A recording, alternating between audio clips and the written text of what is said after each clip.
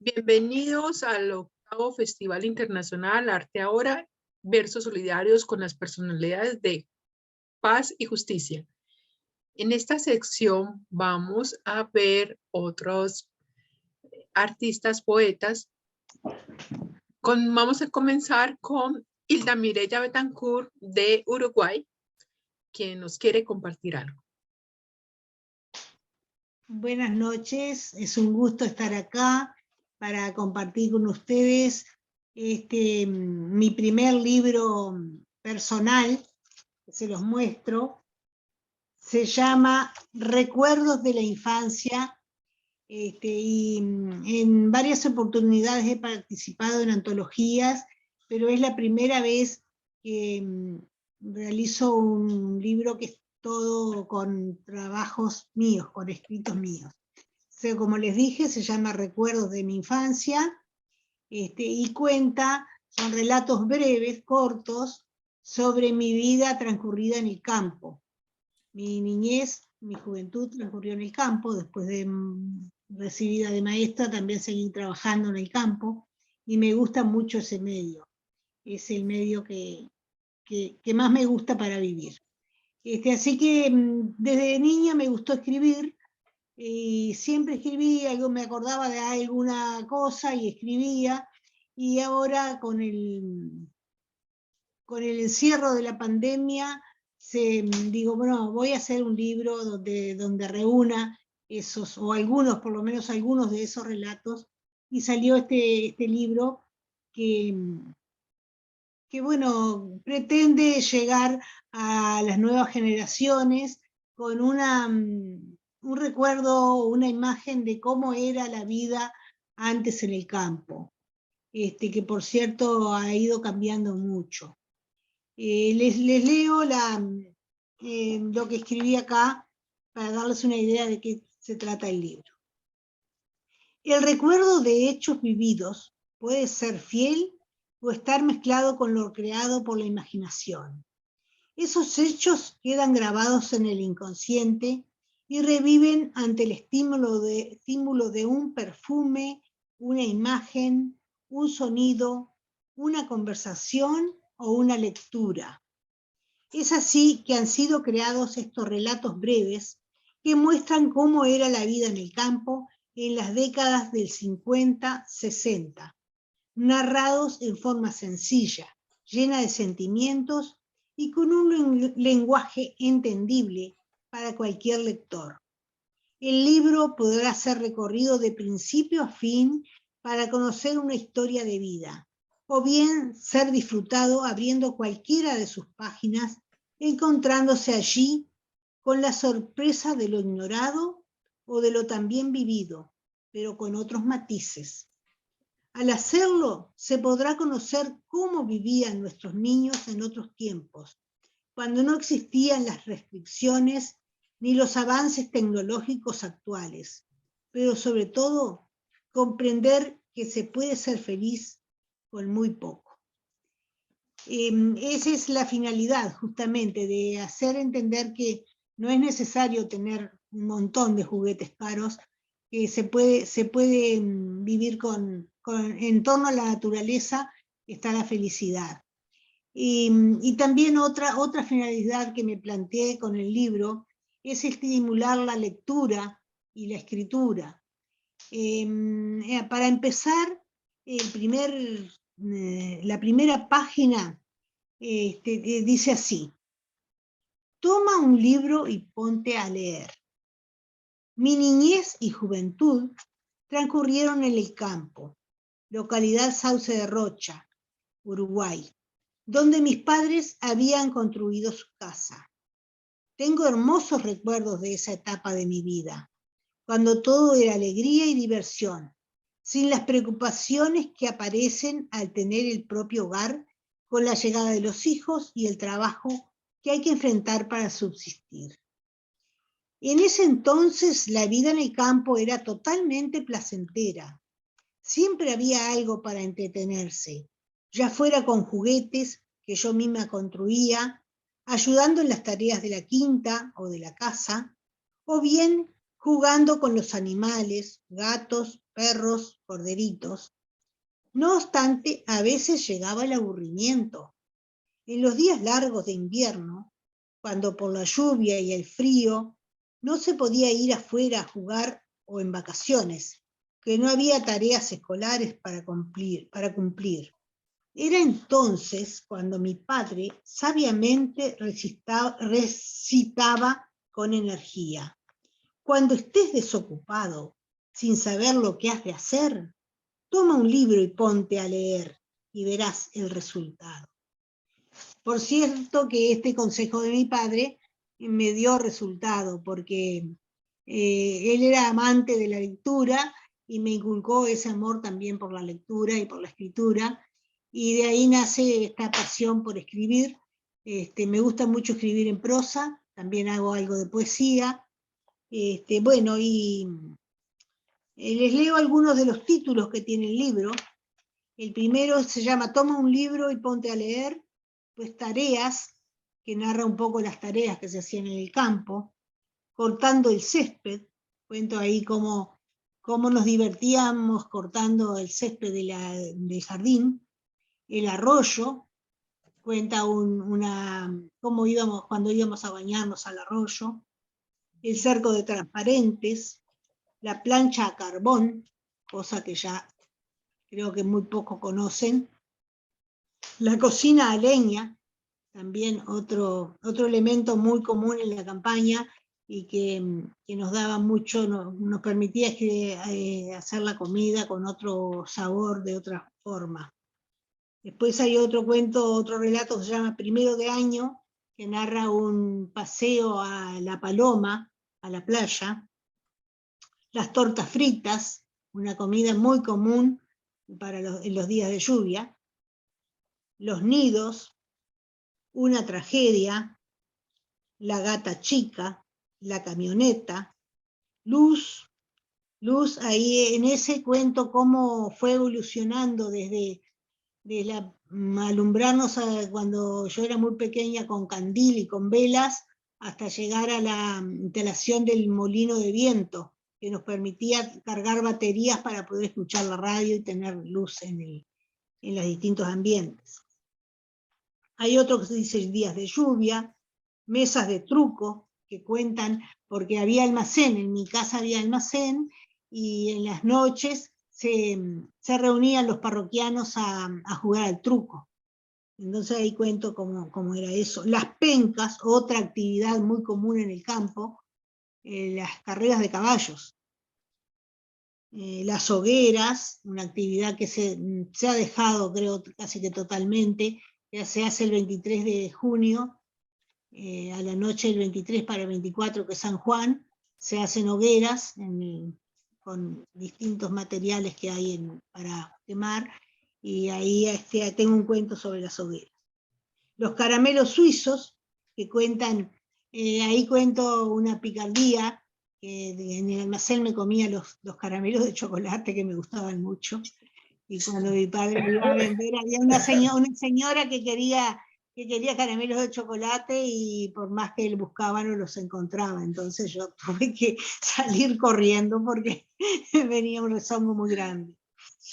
Garufa, cuenta cómo era mi caballo, el caballo con el que iba a la escuela. El sacapuntas de la escuela, se los voy a leer ahora después. El comprador de cueros, un personaje típico de la campaña que venía a comprar los cueros de oveja, y ahí les cuento cómo procedía para pesar y pagar los cueros. Después hay otro que se llama Araña de Lino, ese es muy real, cuando a un vecino lo picó una araña de lino. La bicicleta, cuando aprendí a andar en bicicleta. Y termino con mi pago natal, que es como es un relato que cuenta ahora cuando volví al lugar donde me crié, los recuerdos que me trajo. Bueno, les voy a leer, les dije, el Sacapuntas. El sacapuntas, pero déjame verla, acá lo tengo. Sí, el sacapuntas lo leo porque justamente En la colección Vida de Piedra, que tenemos en Juntos por las Letras, lo mandé, lo tenemos publicado este cuento. Cuento no, es un relato. El sacapuntas de la escuela. Hacerle punta al lápiz ha sido desde siempre una tarea complicada para los escolares. Jamás han estado permitidos los portaplumas, las hojas de afeitar o las navajas, solo los sacapuntas. Actualmente vienen de distintas formas, tamaños y colores. La recomendación de las maestras es que los niños concurran con más de un lápiz y con la punta hecha desde la casa, pero sabemos que esto no es efectivo, ya que el grafo se gasta y para poder usarlo hay que volver a sacarle punta, ya sea para escribir, hacer cuentas o para pintar. En la escuela rural a la que asistí, hace ya unos cuantos años, había un sacapuntas grande que estaba colocado con tornillos en el escritorio de la maestra. Allí podíamos acercarnos a hacerle punta al lápiz cuando lo necesitábamos. Era muy divertido hacer girar la manivela, luego de colocarlo en el lugar correspondiente, viendo salir la viruta y el grafo pulverizado por el otro lado. Cuando el recipiente estaba lleno, había que vaciarlo para que no se atascara, tarea que realizaba algún alumno más grande, ya que requería cierta habilidad especial.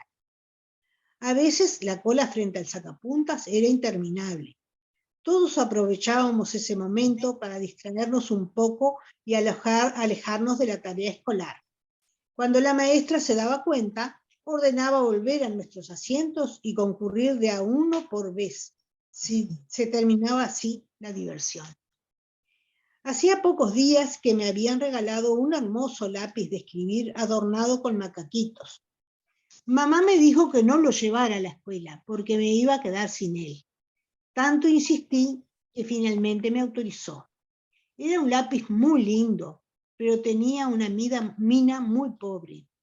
Apenas escribía unas pocas palabras, se partía y tenía que ir al escritorio a sacarle punta con el sacapuntas grande. Así que pasé toda la clase levantándome y sentándome a cada rato. Al volver a casa con mi lindo instrumento de escritura, ahora de apenas 3 centímetros de largo, y con los ojos llenos de lágrimas, tuve que aceptar no solo que lo había perdido, sino también el merecido reto que recibí. Desde entonces, mi papá, cada noche, antes de acostarse, sacaba punta a todos mis lápices, los de escribir y los de colores, para que no tuviera que entregarlos a aquel monstruo devorador de lápices que había en la escuela. Bueno, Bien. no sé cómo estoy el tiempo, si tengo para leerles algún otro. El de la plancha de carbón, pero lo que noté que ahí no tenés el de, ¿cómo es ese? El del shampoo creo que era, que está en Vida de Piedra. El lavado del cabello. No, ese no lo tengo. Ay, ¿Cuál me dices tú? ¿La plancha de carbón quieres que lea? Página 26.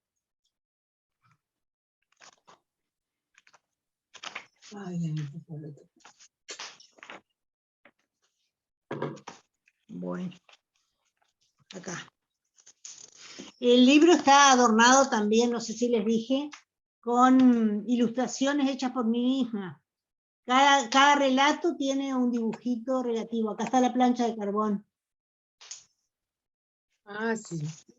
Y el dibujo que tiene la portada es un dibujo mío de cuando estaba en la escuela en 4º año. Lo encontré en un cuaderno y me gustó para ponerlo en la portada. Bueno, les leo la plancha de carbón. ¿Tengo tiempo? Sí, continúa. Actualmente nadie plancha la ropa antes de usarla. En otros tiempos, no hacerlo era inadmisible. Luego del lavado que se hacía a mano, todas las prendas debían ser rigurosamente acariciadas por el derecho y el revés con la plancha caliente. Esto se hacía por distintos motivos. primeramente para secar algún resto de humedad que tuviera. De ese modo también se mataban posibles microbios que podían resistir al lavado, y con el calor serían destruidos, pero lo más importante era la presentación de la ropa. Luego del planchado, debía quedar sin absolutamente ninguna arruguita para guardarla doblada o colgarla en las perchas, según la prenda que fuera. Una técnica que las mujeres aprendíamos desde pequeñas, porque el planchado, como tantos otros trabajos, era considerado exclusivamente femenino. Como no había corriente eléctrica, se usaban planchas a carbón. Estas eran de hierro muy pesadas. La parte inferior debía estar muy pulida y limpia para no ensuciar o arrugar la ropa al deslizarla sobre ella. El carbón se compraba ya pronto. Se colocaba dentro de la plancha y se encendía arrimándole un fósforo. Luego se le daba aire moviéndola en forma de abanico para que terminara de encender. Para que no se apagara, de vez en cuando había que sacudirla nuevamente, haciendo que el aire entrara por los orificios que tenía a tal fin. Si se apagaba el carbón, comenzaba a salir humo, muy tóxico y capaz de arruinar el lavado más perfecto. Si en la cocina a leña había brasas, se usaban estas en lugar de carbón. La temperatura de la plancha solía probarse mojando un dedo con saliva y tocando suavemente. El sonido que hacía indicaba si estaba como para planchar, si muy fría o muy caliente. Si estaba muy fría era sencillo, se ponía más carbón encendido, pero si estaba caliente había que esperar a que enfriara un poco, bajo el riesgo, al no hacerlo, de estropear la ropa. Era una actividad de expertos. Se debía tener en cuenta el tipo de tela a planchar para saber si requería más o menos calor. Si estaba muy seca, había que humedecer la prenda salpicándola con agua. También era trabajo de expertas saber en qué sentido debía deslizarse la plancha. Era una tarea a realizar, te gustara o no, muchas veces tediosa y aburrida, pero siempre reconfortante. Al finalizar, observar aquella pila de ropa prolijamente doblada, exhalando un agradable olor a limpio, aunque el brazo se quejara, dejaba la tranquilidad del deber cumplido, unido a la satisfacción de una tarde feliz, intercambiando opiniones si estabas acompañada o simplemente escuchando el sonido de los propios pensamientos si estabas sola. Muy bien. Bueno, no sé si quieren que les lea otro. No, vamos con Rosette. Bueno, muy bien. Muchas gracias. Muchas gracias, muy lindo. Y la próxima que espero que presentes Vida de Piedra, porque ahí hay cosas fabulosas que han escrito y me he reído tanto con a qué altura vuelan las moscas. Con el lavado de cabello que fue fatal. Así que, bueno, me encanta. Bueno, tú me avisas si vemos para hacer esa presentación, sí. Me encantaría. Sí. Y eso para que vean también qué tipos de trabajo estamos realizando desde 2017 en adelante.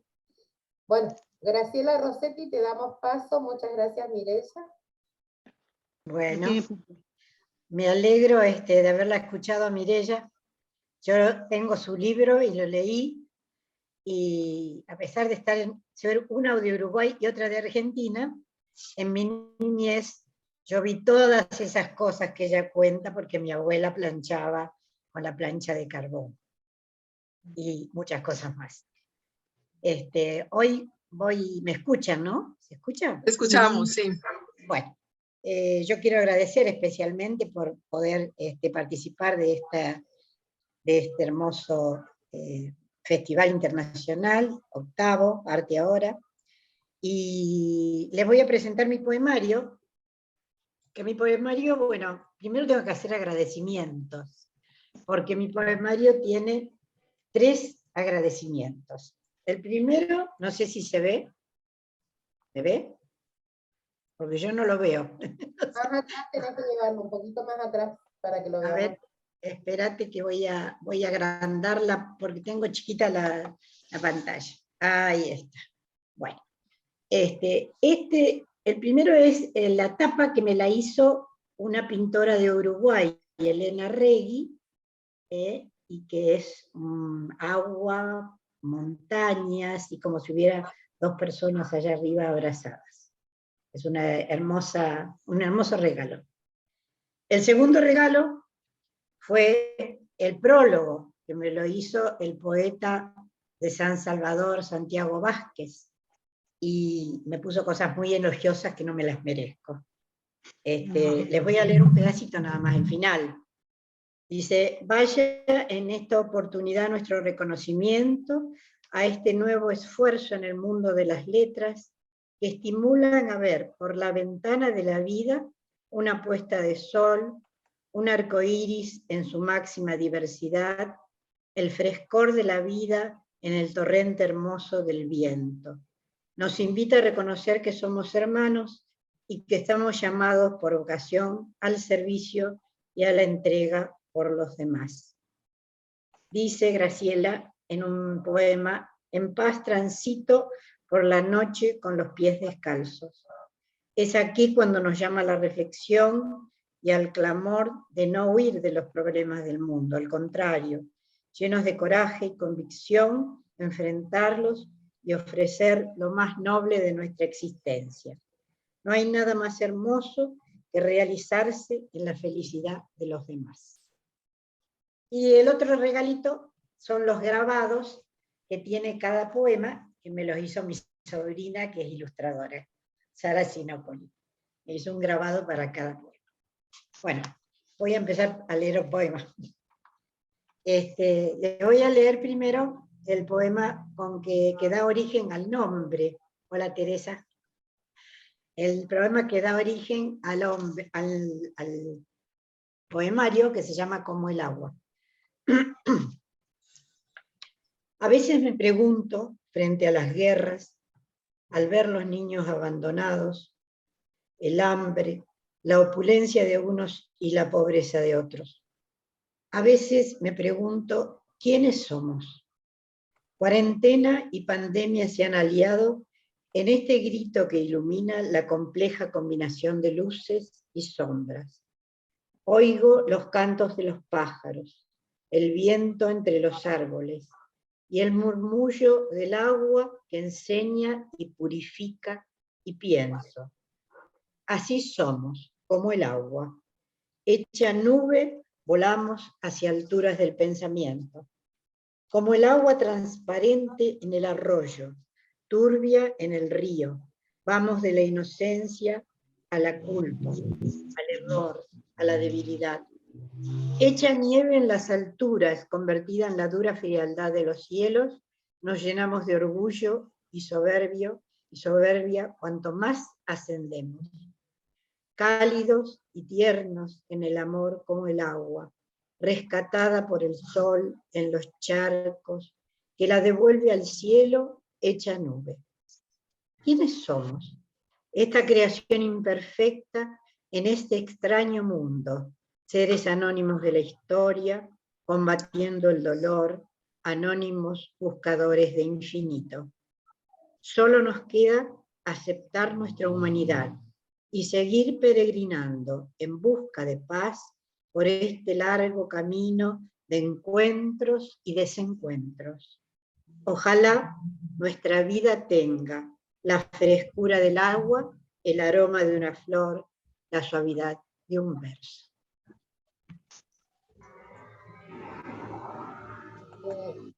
¿Qué te parece si cerramos acá, Victoria? Entonces ya termino, o sea, va a leer 2 textos más, termina para que iniciemos de nuevo. Muy bien. Sí, porque quedan 9 minutos y cuando nos demos cuenta van a ser 3 minutos. ¿Sí? ¿Entramos y salimos? Ok. Bueno, y seguimos, Graciela.